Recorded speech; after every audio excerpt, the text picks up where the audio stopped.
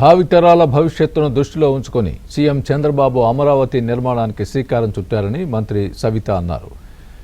AJP గురుకులాలు BC వసతి గృహాల్లో 10th ఇంటర్ పరీక్షల్లో ప్రతిభ కనబరిచిన విద్యార్థులకు తుమ్మలపల్లి కళాక్షేత్రంలో అభినందన కార్యక్రమం నిర్వహించారు. ఎంజేపీ గురుకులాల్లో స్కూళ్లతో పాటు 6 కాలేజీలు ఏర్పాటుకు అనుమతులు వచ్చాయని మంత్రి సవిత వెల్లడించారు. విద్యార్థుల విజయాలు బీసీ సంక్షేమ గురుకుల నాణ్యమైన విద్యకు నిదర్శనమని అన్నారు.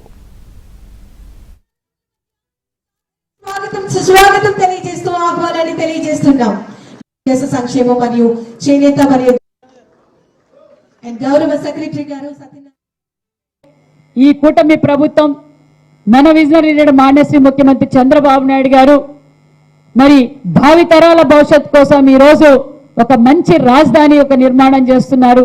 మీరు చదువుకొని ఇతర రాష్ట్రాలకు ఉద్యోగాలు చేసే పని లేకుండా మన ఐటీ శాఖ మంత్రి గారు దేశ విదేశాలు తిరిగి ఈ రోజు పరిశ్రమలు మనం తీసుకొస్తున్నాం. మీరు ఇవన్నీ తెలుసుకోవాలి. మరి ఈరోజు మరి మన ముఖ్యమంత్రి చంద్రబాబు నాయుడు గారు కూడా మరి మన ఎంజేపీ స్కూల్స్ లో 10th క్లాస్ వరకే ఉన్నాయి. మరి దాని ఇంటర్మీడియట్ అప్గ్రేడేషన్ చేయాలి. ఒక 6 కాలేజీలు కూడా మరి ఇంటర్మీడియట్ అప్గ్రేడేషన్ కూడా 6 కాలేజీలకు కూడా పర్మిషన్ ఇచ్చారన్న విషయాన్ని కూడా మీకు తెలియజేస్తూ, మీకు తెలిసినో లేదో ఇక్కడ ఉన్న తల్లిదండ్రులకు పిల్లలకు మన రాష్ట్రం విడిపోయినప్పుడు మన ఎంజేపీ స్కూల్స్ ఉన్నింది 42 మాత్రమే ఉన్నాయి. మన బీసీ బిడ్డలు చదువుకోవాలి. ఏదైతే మహాత్మా జ్యోతిరావు పులే గారు ఆశించారో, అన్న నందమూరి తారక రామారావు గారు ఆశించారో, వారి ఆశయాలను కొనసాగించిన వ్యక్తే మన ముఖ్యమంత్రి చంద్రబాబు నాయుడు గారు అన్న విషయాన్ని మీకు తెలియజేస్తున్నాం.